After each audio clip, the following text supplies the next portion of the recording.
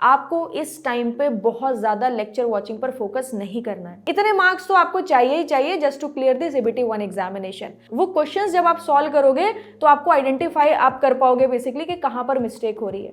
Positive mindset के साथ आगे बढ़ना है। Don't compare yourself with others. हो सकता है कि अभी आप कम अच्छा परफॉर्म कर रहे हो, आपके फ्रेंड्स ज्यादा अच्छा परफॉर्म कर रहे हो, बिकॉज अब जो बचा हुआ टाइम है ना, that is going to decide who is going to win the race. Dear SSC JEE 2026 aspirants, आपका जो एग्जाम है प्रीलिम्स का CBT 1, वो अगर आप देखोगे तो अप्रॉक्सीमेटली 2 to 3 मंथ्स आपको देखने को मिलेंगे। तो काउंटडाउन तो स्टार्ट हो चुका है। डेफिनेटली आप सभी लोग काफी सारे मंथ से प्रिपरेशन अपना स्टार्ट कर चुके होगे, कंटिन्यूएशन में आगे बढ़ रहे होगे। तो आज के इस सेशन में मैं आपको थोड़ा सा गाइड करना चाहती हूँ अपने पास्ट एक्सपीरियंसेस के बेसिस पर। जो टॉपर्स हैं, जो आज के टाइम पे CPWD, MES और CWC जैसे डिपार्टमेंट में काम कर रहे हैं, तो ये जो लास्ट के कुछ कपल ऑफ मंथ्स आपके बचते हैं ना, या कह सकते हैं लिमिटेड नंबर ऑफ डेज जो बचते हैं, that is very important because these days are going to decide your rank, these days are going to decide your department. So it is very important to utilize these days in one of the best manner. तो सबसे पहला reality check मैं आपको ये देना चाहूंगी, आपको इस टाइम पे बहुत ज्यादा लेक्चर वॉचिंग पर फोकस नहीं करना है। Your focus should be revision, PYQ mastery and test series performance improvement. यही 3 चीजों से आपका सिलेक्शन होने वाला है।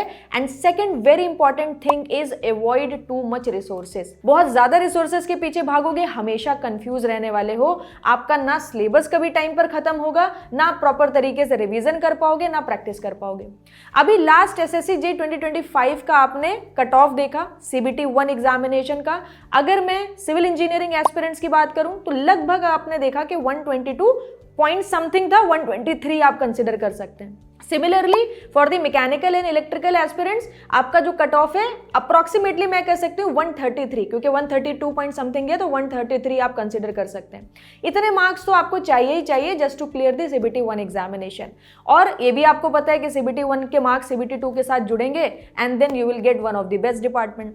तो इस टाइम पे आपका टारगेट क्या होना चाहिए? जो टेस्ट सीरीज परफॉर्मेंस इंप्रूवमेंट है, वहां पर आपके बेंचमार्क क्या होने चाहिए? आपका बेंचमार्क होना चाहिए कि टेक्निकल में हमेशा 85 प्लस तो लाना ही लाना है। अगर 85 प्लस नहीं आ रहा है, देखो क्या गलती हो रही है, उसको सुधारो, उस पर काम करो, वापस से टेस्ट दो, फिर से देखो कि क्यों 85 प्लस नहीं आ रहे हैं टेक्निकल में, फिर से चेक करो, फिर से फर्दर आप रिवीजन पर जाओ, उस चीज को इंप्रूव करो और वापस से टेस्ट दो। तो ये प्रोसेस आपका साइक्लिक थ्रू आउट आपका चलता रहेगा टिल द एग्जामिनेशन। तो टेक्निकल में 85 प्लस लाना ही लाना है। अगर आ रहे हैं वेल एंड गुड, अगर नहीं आ रहे हैं तो काम करो, 85 प्लस पहुंचना है किसी भी हाल में। रीजनिंग की अगर मैं बात करूं तो 40 प्लस का बेंचमार्क आपका होना ही चाहिए। 40 प्लस तो लाना ही लाना है। नहीं आ रहे हैं, अगेन बार बार आप रीजनिंग के क्वेश्चंस की प्रैक्टिस करिए, बार बार टेस्ट दीजिए, आइडेंटिफाई करिए कहां पर मार्क्स लूज हो रहे हैं, कैसे हम कुछ नंबर और एक्स्ट्रा बढ़ा सकते हैं। 40 प्लस तक लेके जाना ही जाना है। And now let's talk about the GS portion. GS portion में भी 25 प्लस तो जाना ही जाना है। GS में बहुत ज्यादा कुछ खास लोग स्कोर नहीं कर पाते हैं, बट यस 25 प्लस लाना आसान काम है। आसान काम है for those student who are working really hard and going to get the selection. तो आपके GS में 25 प्लस आने चाहिए, रीजनिंग में 40 प्लस आने चाहिए और टेक्निकल में 85 प्लस मार्क्स आने चाहिए। सबको अगर आप कंबाइन करोगे, सबका मिनिमम बेंचमार्क कंबाइन करोगे, अप्रॉक्सीमेटली 150 मार्क्स आपको देखने को मिलेंगे।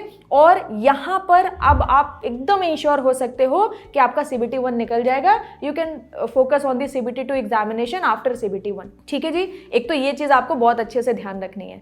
सेकेंड वेरी इंपॉर्टेंट थिंग कि आपका अपना जो स्केड्यूल है, देखो मिनिमम 12 आवर्स तो रखना ही रखना है, क्योंकि अब कुछ ही दिन बचे हैं। ठीक है, आपको पूरे 90 डेज भी नहीं मिलेंगे, उससे पहले ही आपका एग्जामिनेशन हो जाएगा। ठीक है, तो जितने भी नंबर ऑफ डेज हैं उसमें मिनिमम पर डे 12 आवर्स की आपको स्टडी रखनी है। If you can go 13 hours 14 hours still it is okay, but ये स्लीप के साथ कॉम्प्रोमाइज बिल्कुल भी मत करिएगा, क्योंकि आज आप 16 घंटे भी पढ़ सकते हो, कल भी आप 16 घंटे पढ़ सकते हो, पूरा एक हफ्ते आप 18 घंटे भी पढ़ सकते हो, बट उसके बाद विदाउट स्लीप वो चीज़ मेंटेन करना बड़ा डिफिकल्ट हो जाएगा।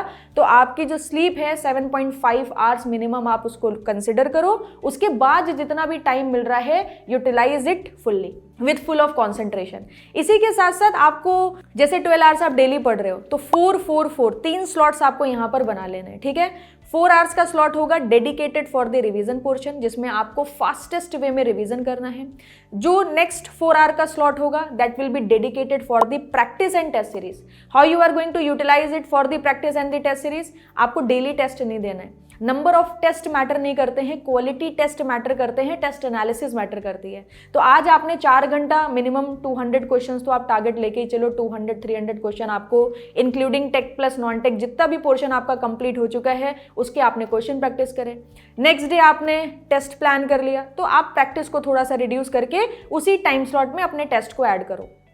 टेस्ट से बचना नहीं है, टेस्ट में ये नहीं सोचना है कि अभी तो मैम मेरा सिलेबस कंप्लीट नहीं हुआ है, how I can attempt the test series. नहीं, you should attempt the test series. अगर आपका 80% सिलेबस कंप्लीट हो चुका है आप मॉक की तरफ बढ़ जाइए, 60% सिलेबस कंप्लीट है मल्टी सब्जेक्ट या सब्जेक्ट वाइज टेस्ट आप देते रहिए, और फिर जब आपके फाइनल एग्जामिनेशन में 1.5 मंथ्स बचे देन आप मॉक स्टार्ट कर सकते हैं। But test series is mandatory, क्योंकि टेस्ट सीरीज से सबसे बड़ा फायदा पता है क्या है? एक तो आपकी स्पीड इंप्रूव हो जाएगी, आपकी एक्यूरेसी इंप्रूव हो जाएगी, कुछ अच्छे क्वालिटी क्वेश्चंस आपको मिल जाएंगे आराम से, जिसको आपको सर्च नहीं करना, आपको आइडेंटिफाई नहीं करना।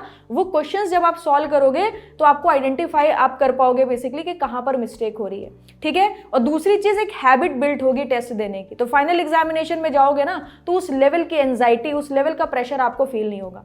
And now let's talk about the last slot of 4 hours. उसमें आपको जो आपके इंपॉर्टेंट टॉपिक्स हैं जो अभी भी रह गए हैं, जो अभी भी अनटच्ड हैं, और फाइनल एग्जामिनेशन में आपको पता है कि शॉर्ट इससे क्वेश्चंस पूछे जाएंगे, वो टॉपिक्स को आप पहले अलाइन करिए and as soon as possible आप उसको क्लोज करिए। इसी तरीके से कंसिस्टेंटली आप एवरी डे बढ़िया तरीके से यूटिलाइज करो चीज़ों को, ठीक है। अच्छी तरीके से रिवीजन, प्रैक्टिस, टेस्ट सीरीज पर फोकस करो and new important topics coverage पर भी आपको साथ ही साथ फोकस करते रहना है। लास्ट के जब आपके 25 डेज 30 डेज बचेंगे देन आप न्यू को एकदम ही क्लोज कर दीजिएगा। एंड लेट्स कंसिडर अगेन, अगर आप 12 आवर्स पढ़ रहे हो तो 6 आवर्स को आप स्लॉट बना के यूटिलाइज कर सकते हो for the revision, for the practice and test. One more very important thing, test series आप दोगे, बहुत अच्छी क्वालिटी क्वेश्चंस आपको मिल जाएंगे। If you are a mid easy student, आपको कंसेप्ट प्रैक्टिस बुक्स मिली होंगी, उसको आप पूरा रिपीट कर लीजिए। इसके अलावा जो एई और जेई के प्रीवियस ईयर क्वेश्चंस हैं that is more than sufficient. सबसे पहले तो आप एसएससी जेई के ही प्रीवियस ईयर क्वेश्चंस पर टारगेट करो, ताकि आपको एक आइडिया लग जाए कि एग्जैक्टली फाइनल एग्जामिनेशन में किस तरीके के क्वेश्चंस पूछे जाने वाले हैं। 90% questions will be theoretical, pure theoretical questions you will get, 10% very simple formula based questions you will get। तो टाइम नहीं लगेगा अगर आपका सिलेबस कवरेज अच्छा होगा, आपने अच्छी तरीके से चीज़ें रिवाइज कर रखी होंगी, क्योंकि फैक्चुअल डेटा भी पूछा जाएगा, डेफिनेशंस भी डायरेक्टली पूछ ली जाएंगी। वो सब चीज़ों के आंसर या तो आपको आता होगा या तो आपको एकदम नहीं आता होगा, बीच का कोई सॉल्यूशन नहीं है। आपने क्वेश्चन पढ़ा, या तो आंसर पता है या तो नहीं पता, यही 2 चीज़ें होती हैं। तो उसमें क्या है कि कवरेज अच्छी है तो डेफिनेटली आप थ्योरेटिकल क्वेश्चंस बहुत फास्टेस्ट वे में अटेम्प्ट करते चले जाओगे, ठीक है। और एजे के previous year questions more than sufficient है, आराम से आप उसको लगाइए। अगर आप सारे एजे के प्रीवियस ईयर क्वेश्चंस लगा चुके हो, काफ़ी मन से आप प्रिपरेशन कर रहे हो, then you can go for one more practice book that is your ESC prelims previous year question, not more than that. अगर आपने प्रीलिम्स भी लगा लिया, एजे पीवाईक्यू भी लगा लिया, कुछ भी नहीं बचा है, रिपीट इट, उसको आप दोबारा से रिपीट करो। जितना ज़्यादा आपका रिपीटेशन होगा उतना ज़्यादा आपका कॉन्फिडेंस बढ़ेगा और फाइनल एग्जामिनेशन में परफॉर्मेंस भी आपकी इंप्रूव हो जाएगी, ठीक है। So my dear students, please work hard, utilise these days. आप अच्छा कर सकते हो प्रीलिम्स में, और एक बार आपका प्रीलिम्स क्लियर हो जाएगा then you can focus on the basically mains examination that is your CBT 2। और बहुत अच्छी अपॉर्चुनिटी है, थोड़ा सा कंफर्ट जोन से आपको बाहर निकलना है, पॉजिटिव माइंडसेट के साथ आगे बढ़ना है। Don't compare yourself with others.